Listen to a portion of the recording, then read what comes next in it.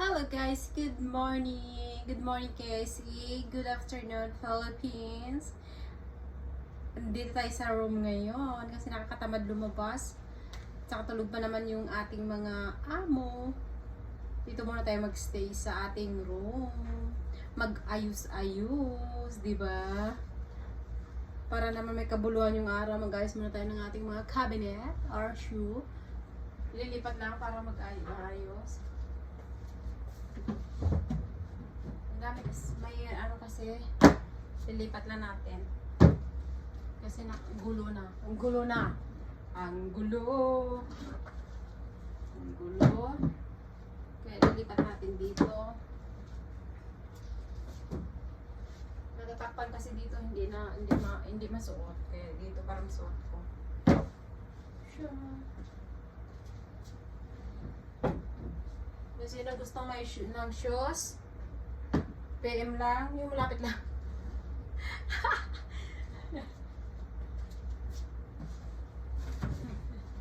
Ito naman nakatago yung boots ko.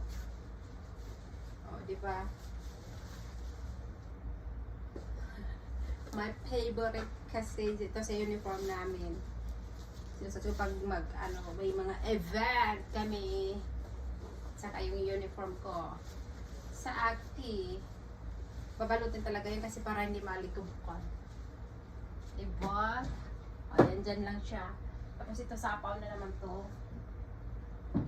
Ay, sus. Ganyan na lang.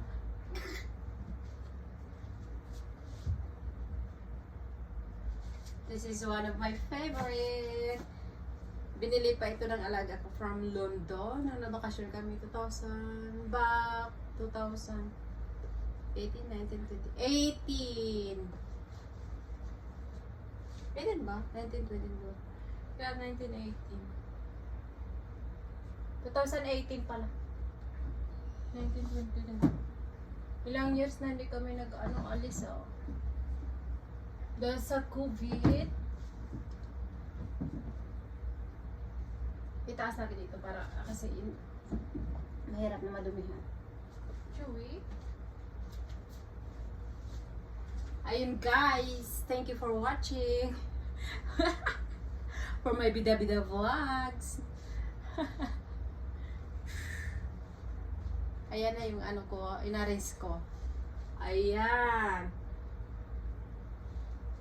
Walang magkasya sa amin doon sa Pilipinas. Kasi yung mga paa nila, size na pattern 5, 36.